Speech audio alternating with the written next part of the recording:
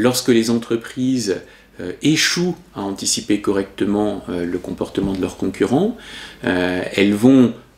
observer que le comportement de leurs concurrents n'est pas celui qu'elles avaient anticipé, réviser leurs anticipations sur ce que vont faire leurs concurrents. Chacun fait ça et il en résulte une sorte de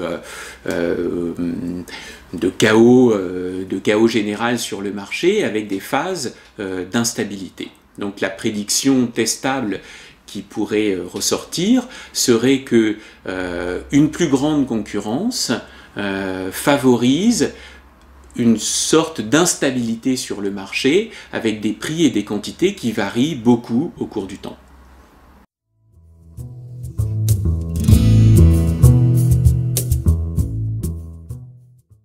Alors oui, un exemple de fusion que l'on pourrait regarder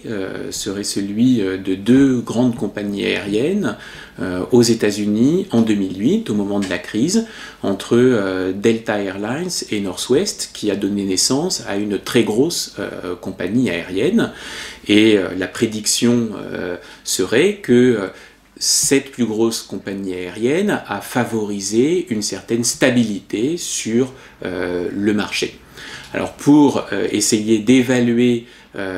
cet effet, essayer de le mesurer, eh bien, une façon simple de procéder consiste à regarder la variance des prix et des quantités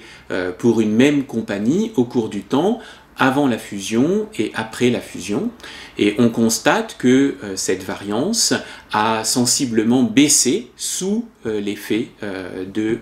la fusion entre Delta et Northwest. En ce sens, on peut penser que effectivement la fusion, la moins grande concurrence entre les entreprises a permis de stabiliser le marché et en ce sens peut-être a permis à chaque entreprise de mieux anticiper ce qu'allaient faire ses concurrents.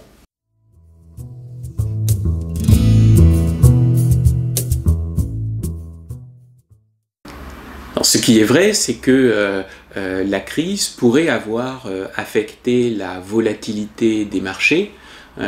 indépendamment de la fusion.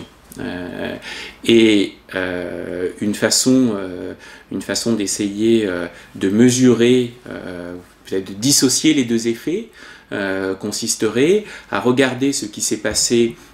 sur certaines routes sur lesquelles les deux entreprises sont absentes mais qui sont concernées par la crise, avec d'autres routes sur lesquelles les deux entreprises qui ont fusionné sont présentes et qui sont également concernées par la crise. Donc en un sens, en comparant l'évolution des prix et des quantités sur ces deux types de routes, on serait capable d'isoler un effet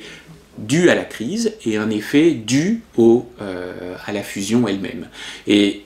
en contrôlant pour cet effet, on s'aperçoit que la variance dont on parlait il y a une minute, effectivement a baissé sous l'effet de la fusion. L'effet dont on parle est bien indépendant de l'effet de la crise de 2008.